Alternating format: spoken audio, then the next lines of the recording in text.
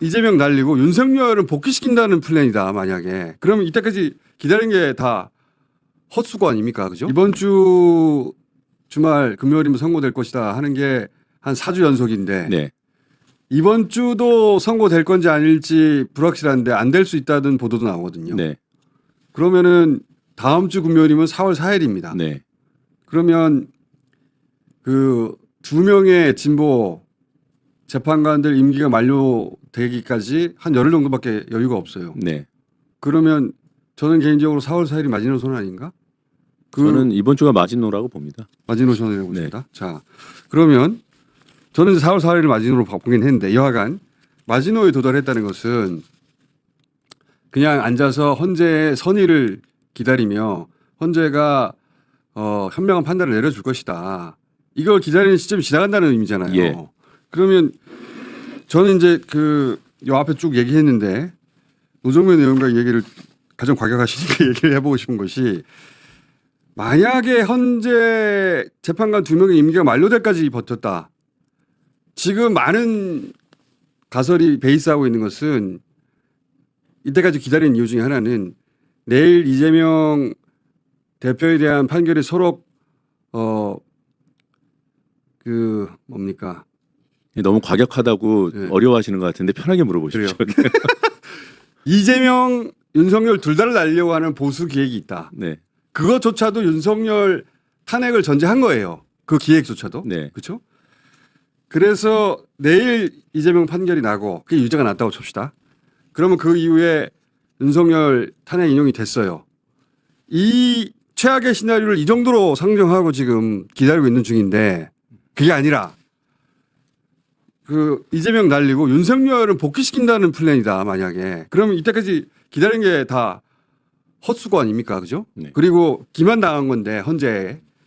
그 정도까지 됐다. 그럼 윤석열 돌아오느냐 마느냐의 기로에 쓰는 거예요?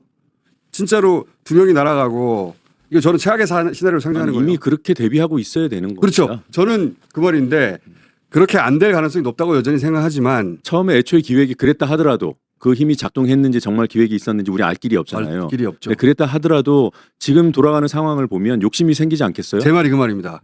처음에는 둘 다 달리는 플랜이었는데 이 사정상 돌아가는 걸 보아하니 이건 이재명만 날리고 윤석열을 복귀시킬 수 있겠는데 하는 욕심이 생길 것 같고 예.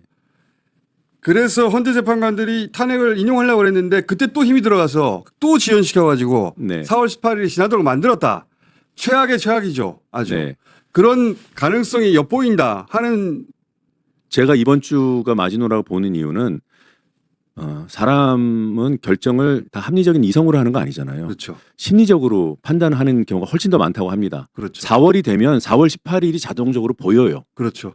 그러면 욕심이 더 생길 수 있습니다. 저도 그렇게 힘도 더 생각합니다. 강하게 작동할 우려가 있습니다. 그렇죠. 지금까지 진행되어 온 상황 예상한 적어도 우리 당내나 민주 진영의 사람들은 아무도 없어요. 대다수 헌법학자들도 없어요. 예, 이런 변수들이 작동했을 거라고 할 것이라고 예상했던 사람 아무도 없습니다. 그러니까 저절로 여기까지 오지 않았거든. 절대. 우연이 어디 있습니까? 그러니까요. 뭔가가 작동한 거지 우리가 모를 뿐이죠, 정확히.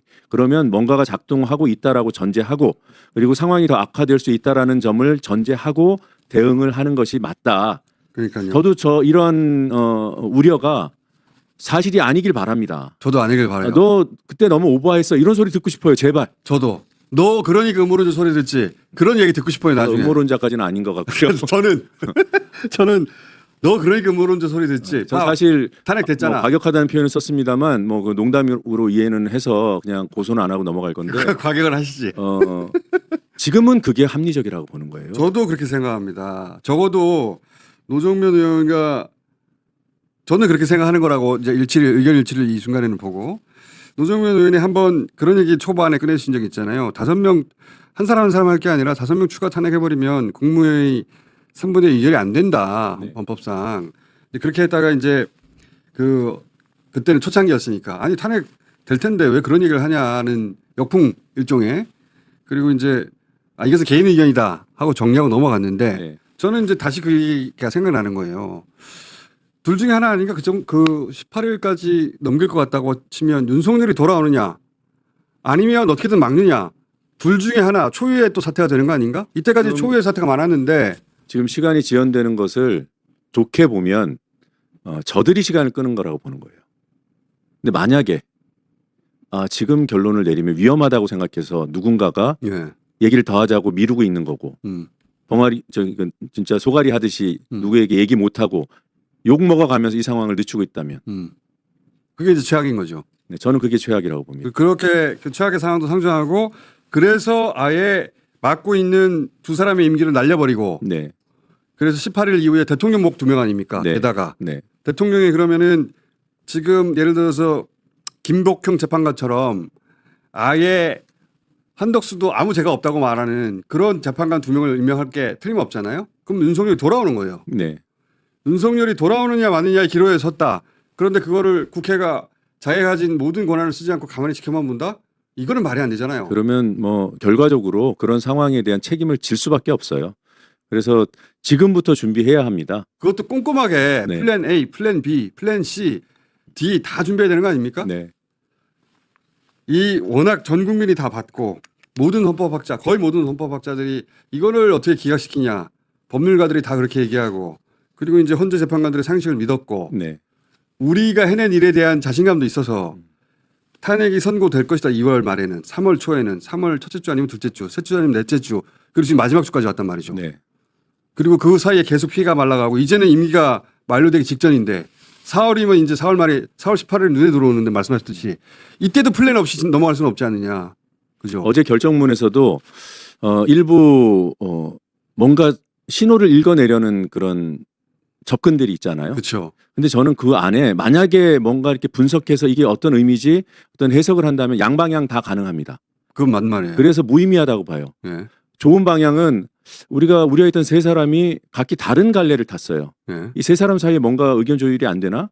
이런 생각이 가능하고 이게 아주 긍정적으로 해석을 해보는 겁니다. 예. 그리고 각하 의견을 낸 두 사람은 이거를 위헌 위법이라고 판단할 수는 없으니 절차 가지고 문제를 삼았겠구나. 그런데 윤석열 거는 절차 갖고 문제 삼기가 어려울 텐데 그렇죠. 이렇게 해석할 긍정 수 회로를 돌릴 수 있고요. 또 네. 부정적인 회로를 돌리자면 저는 가장 아찔한 부분이 아니 최상목에 의해서 하자가 어느 정도 치유됐다? 이게 네. 여기 왜 들어오냐? 아까 그렇죠. 이제 짚어주셨습니다만 그러면은 결과적으로 피해가 지속되지 않았으면 이거 중대하지 않다고 보는 건가? 그러면 윤석열의 논리인데 자기가 계엄을 했지만 해제했지 않냐? 해제에 따랐지 않냐?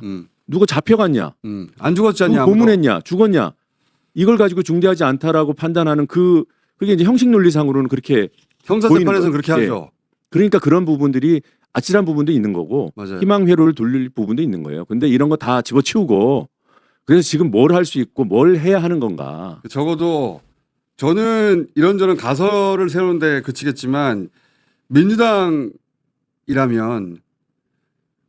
다수당을 차지하고 있고 유일하게 행정 권력에 맞설 네. 수 있는 상권 분립의 주체 아닙니까? 근데 지금 윤석열이 돌아오려고 하는 기획이 있었고 그 기획이 성공하기 직전까지 왔다.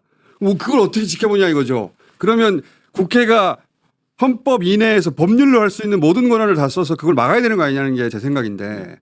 최악의 상황을 상정하고 최악의 상황이 오려고 할 때 어떻게 해야 되느냐 이 상태 유지하는 것밖에 없습니다. 그죠. 네. 그렇다면 스톱시켜야 되는 거예요. 그러면은 국회의원 5명 추가 탄핵해가지고 국무회의를 못하게 하고 그리고 대통령 그러니까 대통령 대행이 2명의 헌재재판관을 임명 못하도록 하는 거죠. 아예 그때가 되면. 또 다른 방법도 있습니다. 또 다른 방법이 있습니까? 그 얘기 안 해주셔도 되는데 네. 다른 방법들이 있어야 된다. 그래서 그 최악의 고착 상태죠, 진짜. 네. 지금 근데 법이 예상하고 헌법이 예상한 길로 오지 않았잖아요, 우리가 네. 여태까지. 저들은 그 길을 막 무시하고 가잖아요. 마흔형 아직도 임명 안 하잖아요, 위원이라고 하는데도. 네. 아무 거리낌 없이 그렇게 하고 있지 않습니까? 그리고 그렇게 했던 이유가 곧 밝혀지겠죠. 네. 그러면 그게 다 밝혀지고 나면은 다오 난 뒤니까 의미가 없으니까 그다음에 그 컨텐츠 플랜을 다 풀어주실 필요는 없는데 네, 그런데 갖고 있어야 된다 이거죠. 예, 갖고 있어야 되고 만일의 상황에 대비한 우리의 패를 쥘 때 우리 내부에 어떤 거리낌이 없어야 돼요. 그래서 이 한마디를 하고 싶습니다. 마은혁 재판관을 임명하지 않는 것은 민주당이 국무위원들 탄핵시키는 것보다 훨씬 더 중한 죄예요. 그렇죠. 그게 탄핵은 위헌이 아니에요. 네, 방법론적 그 위헌이냐 위법이냐 이 문제도 그렇고 미치는 영향력도 임명 안 하고 계속 버티고 그 거기에 대해서 스톱을 시킬 수 없다라면 헌법을 위반한 상태가 영속적으로 이어지는 겁니다. 근데 탄핵은 시킨 다음에 돌아올 수도 있고 그게 잘했다고 인정받을 수 있고 그러니까 탄핵하고 임명 거부를 최소한 등치시켜 놓고 싸워야 돼요. 우리한테 줄탄핵한다고 하면 니네들 지금 임명 거부 사태를 지금 100일 가까이 하고 있는 거 아니냐. 이렇게 싸워야 됩니다. 저도 그렇게 생각하고요. 역시 노정면 의원은 과격해요. 합리적인 노종면과 대화하고 계신 것 같습니다. 자, 이게 지도부의 뜻은 아닐지언정 적어도 그 민주당에서 이렇게 생각하고 그걸 준비하는 정도가 아니라 구체적 플랜을 다 짜고 법률 검토를 해서 A의 경우에는 B로 대응하고 B의 경우는 C로 대응하고 C의 경우는 D에 대응하는 플랜이 있어야 된다. 네. 그것도 구체적이고 확고한 플랜이 있어야 되고 그래서 그런 상황이면 한치의 주저함 없이 착착착 여기는 한치의 주저함이 없어요. 한치의 주저함 없이 윤석열 풀어주잖아요. 네. 아무리 모두가 뭐라고 해도 검찰이 70년 동안 한 짓이 아닌 처음 하는 짓인데도 검찰총장이 해버리잖아요. 그냥. 경호처장 구속영장 3번을 반려하더니 4번째 겨우 그 영장심의위에서 청구하라 그래서 청구했는데 실질심사에 안 들어가잖아요. 검사가 안 들어가잖아요. 그런 거 그냥 내놓고 하는 집단하고 지금 싸우고 있는 겁니다. 그렇죠. 그냥 얘기가 통하고 우리 무슨 뭐 정책 경쟁하고 그런 판이 아니에요. 그리고 부끄러움이 있고 야 그렇게 하는 거는 야 너무 남사스럽고 그런 집단이 아니잖아요 지금. 내라는 자기네들이 저질러 놓고 진짜 이재명 내란 수계라고 하잖아. 한 3년 내내 이 잡듯이 뒤져가지고 진짜 목을 치려고 진짜 제가 지금 정말 과격한가 봐. 욕이 막 나오려고 해요. 아니 그랬던 사람을 그 대상 그 피해자를 사법 피해자를 내란 수계라고 이재명 내란 수계라고 맞대응을 한 맞프레임을 거는 집단하고 지금 싸우는 중인 겁니다. 그리고 최근에는 이재명 그 2심 재판부가 사실은 1심의 문제점들을 지적했단 말이죠. 거기에도 제가 볼 때 희망회로 돌릴 필요 없어요. 저는 그렇게 생각하는 것이 지적했는데 한편에서는 이들이 그 당선 무효형 해당되는 당선 무효형이 아니고 당선이 안 됐으니까 그 피선거권을 박탈하는 그 정도의 선고를 내리라고 하는 압박이 지속적으로 있다는 얘기도 저도 듣거든요. 그게 어디까지 사실인지 모르겠어요. 근데 그런 얘기 지속적으로 듣는단 말이죠. 만약 하나 이재명 대표의 이 출마할 수 없는 지경에 선고가 있었다. 그럼 그쪽은 하나 성공시켰죠. 그 다음에 윤석열 그 탄핵을 되돌려놨다. 그럼 자기들이 원하는 세상이 된 거예요. 윤석열은 살리고 이재명은 보내고. 원래는 이재명 보내고 윤석열도 보내고가 그들의 플랜이라고들 얘기해 왔는데 하나를 보내고 났더니 욕심이 생길 수 있다는 왜냐하면 4월 18일 눈앞에 있으니까 네. 틀림없이 있을 거란 말이죠. 근데 이제 3월 26일 선고에서 어떤 결과가 나오든 못 보냅니다. 그걸 본인들도 알아요. 공세는 취하겠죠.